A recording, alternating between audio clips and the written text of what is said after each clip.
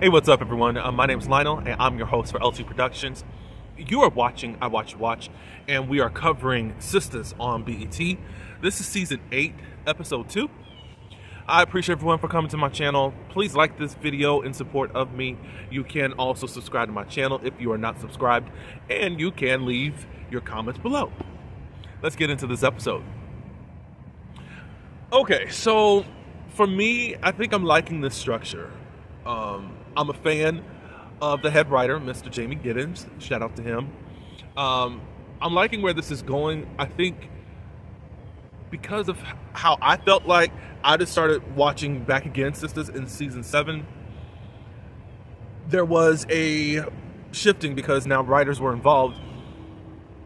I think that this has been kind of a beautiful transition, even from 7, because some things just didn't make sense. Even though this is Episode 2, this is a way to kind of refocus and reset the group and allow the group to kind of be in a different place and to do other things.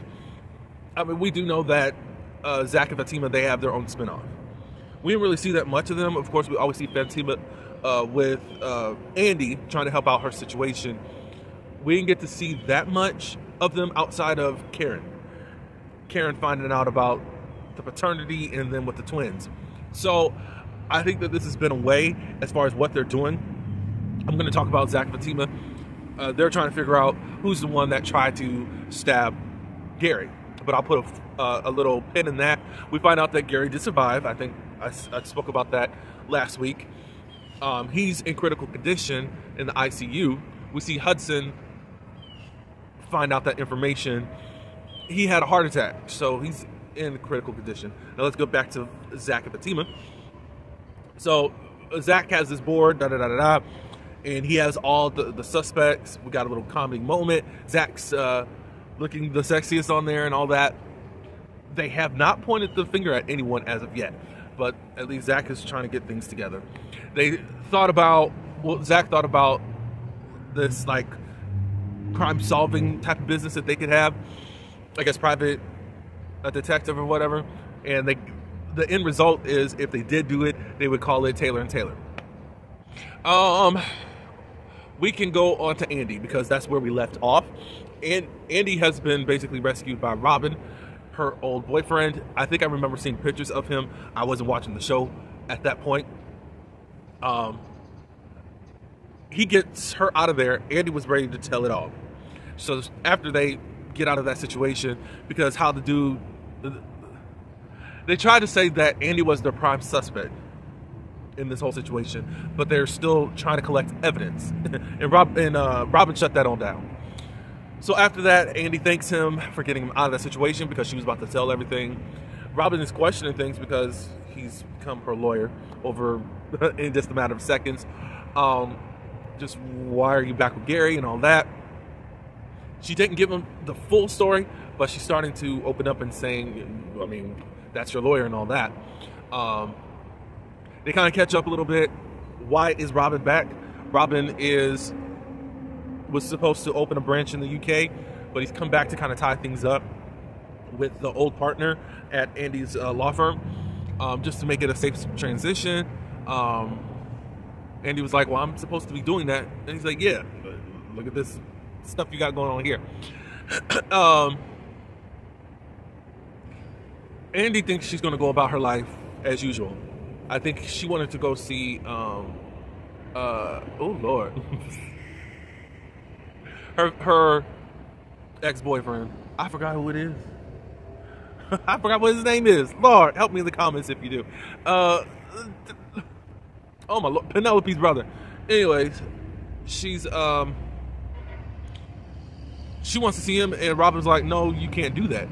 I'm sure that there's people that are watching you right now, and you can't see him right now. You need to go see Gary. And of course, she's reluctant in doing that, but she knows that she has to do it. The next person, who we're going to talk about? Yeah, we'll talk about them. Danny. Of course, Danny's ready to have sex. Tony feels like Danny's doing this out of whatever trauma, being a way to deflect and not do anything. He just feels like a little bit pressured to kind of perform, and Danny gets upset about that. She goes to her room and all of that. I'm glad we're getting back to a little bit normalcy between Danny and Tony, because last season was kind of weird when they just threw in the ex-wife and all that. My thing is, because Tony said something later on when they finally do talk again, you can pick up on everything about Danny, yet you were so blind to your ex-wife. Like, you sent her on her way. I just think that was so wasted. I know that they had so many episodes, 20-something episodes, but I just feel like the writers last season, it was just like, what? 1 minute it's just the children, and then all of a sudden the ex-wife comes and she's going to be here. What? That didn't make any sense to me at all. It was just jumped in there when we see that Danny's trying to deal with her trauma, and we're seeing this man support her, and then all of a sudden he becomes this jerk out of nowhere. It was kind of weird. To me, it was weird, and I didn't really understand it. Tony explains himself later on. Danny feels like he was trying to police her somewhat and trying to be a doctor, and I just need you to be my man. And look, don't think that I'm just using sex as a deflector.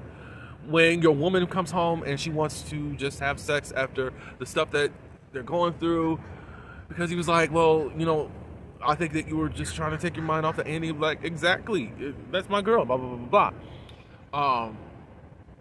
But she said, let me handle my trauma with my doctor. And he said, cool. So they kind of made up at the end. Let me go to Karen and, oh girl. Our girl who's been bumped up to a regular cast member, Angie, whatever you want to call her.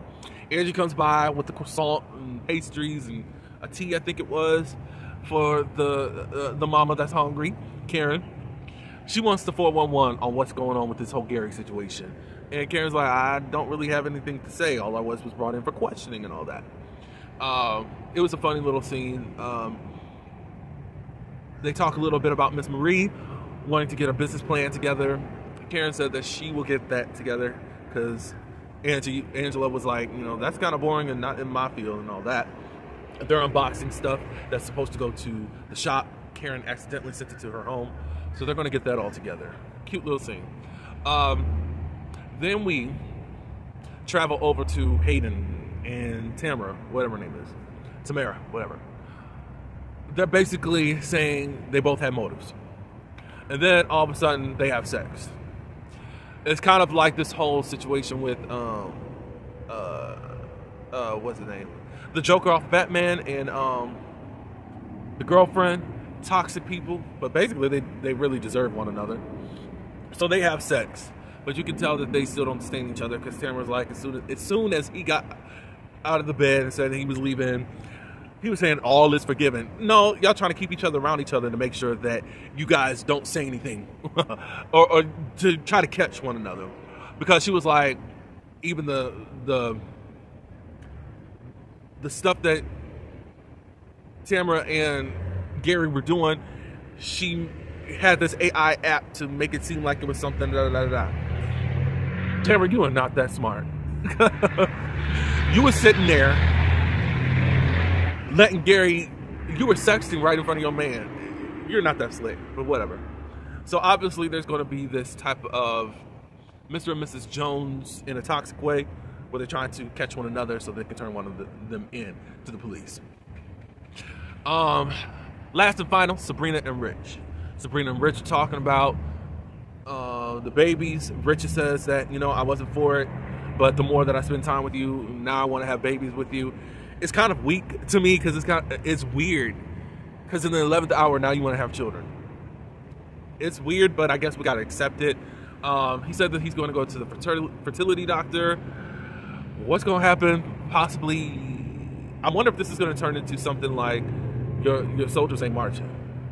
I wonder about that, but we shall see. Of course, he wants to get it in, and she said, no, I just got my eggs harvested, and the doctor said it's going to take about 2 weeks. And he said, okay, I'll hold it in, Then they start talking about Andy. Rich is very against Andy at this point because he feels like she done got herself in this predicament and hurt his boy. One thing I don't like with Rich, and hopefully he doesn't continue this, is calling her a B. B-I-T-C-H. Like, no, sir, no. let's see. He's like, you know, I don't want you worrying about her. Don't get involved in all this stuff. And Sabrina's starting to feel some type of way, like, you know, Andy really tried to shield us from this whole situation. But he's like, well, you know, she knew that you guys were going to be relentless in regards to even stopping this wedding and all that. She caused all of this, and now she got to deal with it herself. I said, oh, okay. I can see where this is going, and is Rich going to sustain against the sister circle and getting into women's business? We shall see. That's the gist of the episode. I'm liking the pacing thus far, and we'll see where it goes. I think it's a new page. That transition during season 7 was kind of ugh. So I'm liking where this is going. Let's see where it does go. But you guys can leave your comments below. Oh, I appreciate everyone again for coming to my channel. Like, subscribe, and comment. Until the next one, peace.